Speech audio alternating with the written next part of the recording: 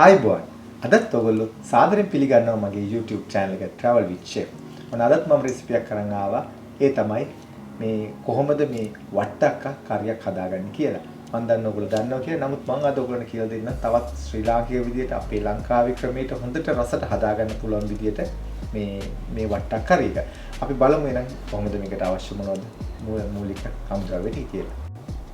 ඉතින් අපි මේ තමයි අපි ගොඩක් මේ අවශ්‍ය මේකට අමුද්‍රව්‍ය ටික ගොඩක් මේකට අවශ්‍ය කුළු බඩු තියෙනවා හේතුව මේක රසට හදන්න ඕන නිසා.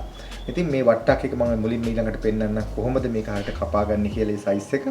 ඊට මම එකක් පෙන්නන්න ඕගලන්ට. ඉතින් මේ තියෙන්නේ මේ වට්ටක්ක.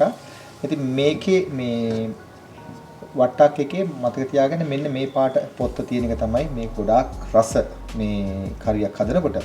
දැන් මේකේ වර්ග ගණනාවක් තියෙනවා මේ වට්ටක්කවල. නමුත් මෙන්න මේ කොළ පාට පොත්ත තියෙන එක තමයි ගොඩාක් මේ ලේසියෙන් අපිට උයා ගන්න පුළුවන් ඒක රසයකුත් තියෙන්නේ. ඉතින් කපා ගත්තී මෙන්න මේ වගේ අඟලි කෑලි වලට තමයි කපා ගන්න ඕනේ එකම විදියට. මේ කපලා මතක තියාගන්න මේ කපන්න කලින් ඉස්සෙල්ලා ගෙඩිය හොඳට හොද ගන්න. හොදගෙන තමයි මේ විදියට කපා ගන්න ඕනේ. මේ කපාගෙන දැන් මම මේක අද කිසිම තෙල් මුකුත් දාන්නේ නැතුව තමයි මම මේක හදන්නේ. මේක හොඳට ඝන කමට මම මේක හදන්නේ. මම ඒක කියලා දෙන්නයි කොහොමද ඒක හදන්නේ කියලා. අපි ඉස්සෙල්ලා මේකට එකතු කරගන්නවා. මෙහෙම තියෙද්දි තාම ලිප්පත්තු කරුත් නැහැ. අපි ලුණු ටික. මේ විදිහට හිඳ කපාගත් ලුණු. ඊළඟට රම්පේ. ඊළඟට සුදු ලුණු මේ වගේ හීනයට ඉරිට ගත්තා නම් ලේසි. ගොඩාක් මේ පොඩිට කපන්න නැතුව. ඊහාමින් ටිකක් දාන්න එක. ඊළඟට කුරුඳු පොතු කෑල්ල. ඊළඟට උළුහාල්. ඊළඟට අබෑර ටිකක්. මෙතනදී මේ සමායට ඔයගොල්ලෝ දැකලා ඉතින් මීට කලින් අබෑට අපි ගොඩක් වෙලාට බදිනවා. මේකට බදින්න නැතුව දාන්නේ. ඊළඟට අවමිරිස් ටික. කරපිංච. මේ දානවා. ඊළඟට මම මේකට එකතු කරනවා අමු පහේ ටීස්පූන් දෙකක් විතර. මෙතන වට්ටක්ක ග්‍රෑම් 500ක් පොඩ්ඩක් වැඩියෙන් තියෙනවා. ඊළඟට අපි එකතු කරනවා කහ කුඩු ටිකක්.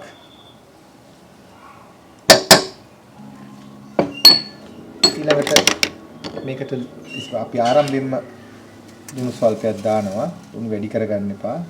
පස්සේ අපිට ලුණු රස බලලා අපිට අඩු දෙයක් දාගන්න පුළුවන්. ඉතින් ප්‍රධාන වශයෙන් මෙන්න මේ ටික තමයි මේලා අපි එකතු කරන්නේ.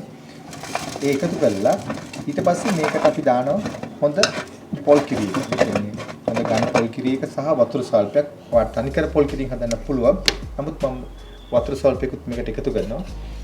ඊළඟට මම දැන් මේ විදිහට පොල් කිරි ටික මේ විදිහට දානවා. ඔයා කැමති විදිහට ඒක වෙනස් කරගන්න. වතුර භාගේ දාන්න පුළුවන්. ඒ ප්‍රමාණෙම පොල් කිරි දාන්න පුළුවන්. ඉතින් ඔය විදිහට හදාගන්න පුළුවන්. මට කියන්නේ මේ ගොඩාක් මේක වහන්න හදන්න එපා කිරි දාලා ඕ වතුර දාලා. මෙන්න මේ ප්‍රමාණය තමයි අපි මේක හදාගන්න ඕනේ. අපි මේක ඉතින් කවලම් කරගන්න මේ විදිහට.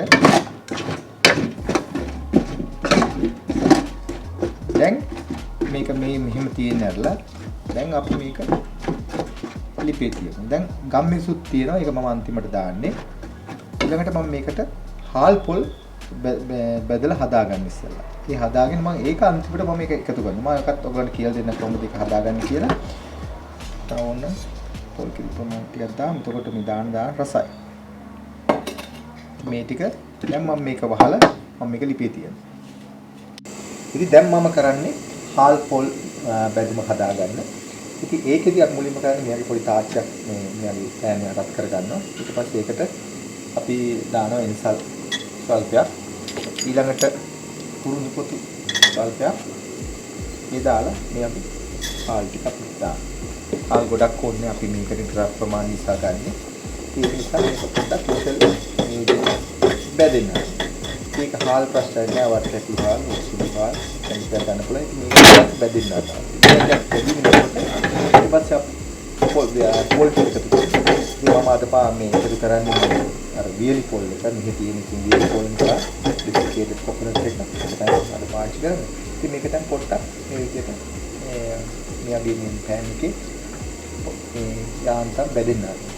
ඒ ටිකක් වෙලා බැදිනකොට තමයි අපි පොල් එකතු කරන්නේ. නැත්තම් මුලින්ම පොල් එකතු කරගත්තොත් වෙන්නේ පොල් එක කළු පාටට වෙනවා. මොකද මේක මට මේක හින්දා බැදෙන්නේ නැහැ. මේක දැන් මම පොල් ටික එකතු කරනවා. පොල් ටික එකතු කරනකොට ස්වල්පයක් තමයි අවශ්‍ය වෙන්නේ. ඔයාලට මේක හැම වෙලාවෙම හදාගන්න බැරි නම් මේකේ වැඩි ක්වොන්ටිටි එකක් හදාගන්න. වැඩි ප්‍රමාණයක් හදාගෙන ඔයාලට පුළුවන් ටික බෝතලයකට දාලා පුලන් නොවදින්න තියාගන්න පුළුවන්. නැවත ඔයගොල්ලෝ යම් ටිකක් හදනකොට මේක පාවිච්චි කරන්න අවශ්‍ය වෙනවා. පාවිච්චි කරන්න පුළුවන්. ඒ විදිහට තමයි මම කරන්නේ. නමුත් මේකෙදි මම ඔයාලට පෙන්නන්න මම පොඩි සල්පයක් හදාගන්න. පස්සේ මේක ඔයාලට දිනන ගල් වගේදී දාලා පොඩි කරගන්න පුළුවන්.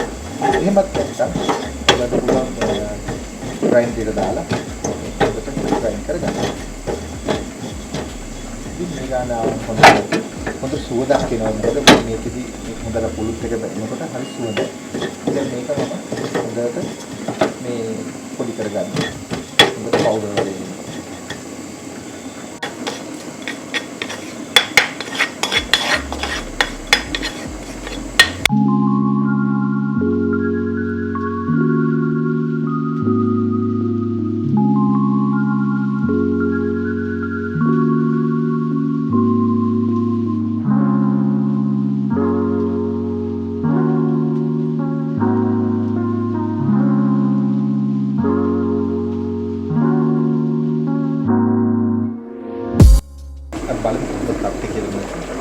සුවඳ නැවෙන හොඳටම ඔය දැන් මේක සම්බික තියෙන්නේ.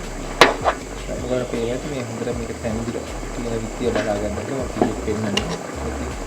මේ ගාන තින්නේ වගේ පී යනවනම් හරි. පීයේ මෙහෙම එනවනම් පීයත් එක්ක උඩට එනවනම් ඒක තාම මේ තැන්දිර නැහැ. මේ තව ටිකක් තැම්බෙන්න ඕනේ. දැන් ඉතින් මේ ගාන හොඳට මේ පී කියලා මට දැන් මම ඔයගලන්ට කලින් පෙන්නුවාට කාල් පොල් ටික ඒක තමයි දැන් මම මේක ආල්කොහොල් ගතු ටික සීනියට මම කුඩු කරගත්තා. දැන් මම මේ විදිහට මේකට එකතු කරනවා. ඒක අවශ්‍ය කරන විදිහට මේකෙන් කරන්න ගොඩක් වෙලා සුවඳක් දෙන්නත් සහ මේකේ thickness එක හදාගන්න ඒක කරන්නේ. ඊට පස්සේ මම ගම් මිරිස් කුඩු ටික එකතු කරන මේ කෑලි වලින් ගම් මිරිස් ටික යහමින් දාන්න. පොඩ්ඩක් අහු කරලා ඒකට පේන්නේ මේකේ හොඳ බොර ගතියක් දැන් එනවා. ඊළඟට මේකේ අවසාන ප්‍රතිශතය අපිට පෙන්වන්න තියෙන්නේ වට්ටක්ක ඔයගොල්ලෝ කාලෙකන් කාලා තියෙන අනිවාර්යයෙන්ම කාලේ පොඩි පැන් රහක් එනවා. අන්න ඒකට තමයි අපි පොඩි සීන් පොඩ්ඩක් එකතු කරනවා. ඒක ඔයාලගේ කැමැත්ත. වෙනත් රෝගෙක තියෙනවා නම් මේක එකතු කරලා කමන්නේ නැහැ. නමුත් සීන් චූට්ටක් එකතු කරොත් මේක තාමත් රසවත් වෙනවා. ඒ නිසා මවත් සීනි මේකේ ටීස්පූන් එකක් වගේ ප්‍රමාණයක් මම මේකට එකතු කරනවා. මේකත් එක්ක බත් කන්න පුළුවන්. මේ විදිහට හදලා දැනට හොඳට සුවඳ එනවා මෙතනට. මොකද මම මේකට ඉන්සල් දාලා පොල් කාල් හොඳට බැදගත්තේ. ඒ සුවඳත් එක්ක මේ සුවඳක් එනවා. මම මේක බලන්න කොහොමද රසශීලී දැන් පේන්නේ මේක හොඳ බොර ගතියක් තියෙනවා. දැන් මේක පොඩ්ඩක් මම ලිපින් ඉඳුවාන් පස්සේ මේක පොඩ්ඩක් සෙට් වෙන්න ගන්න. ඉතින් වට්ටක් වෙන පුදුම රසක් තියෙන ඒ වගේ හරි සුවඳක් තියෙන මම try කරලා බැලුවා. ලුණු සල්පයක් මදි මලුණු පොඩ්ඩක් එකතු කරා. හරිම රසක් තියෙනවා. ඔයගලන්ට මේක දැන් ප්ලේට් එකකට දාලා පෙන්නන්න.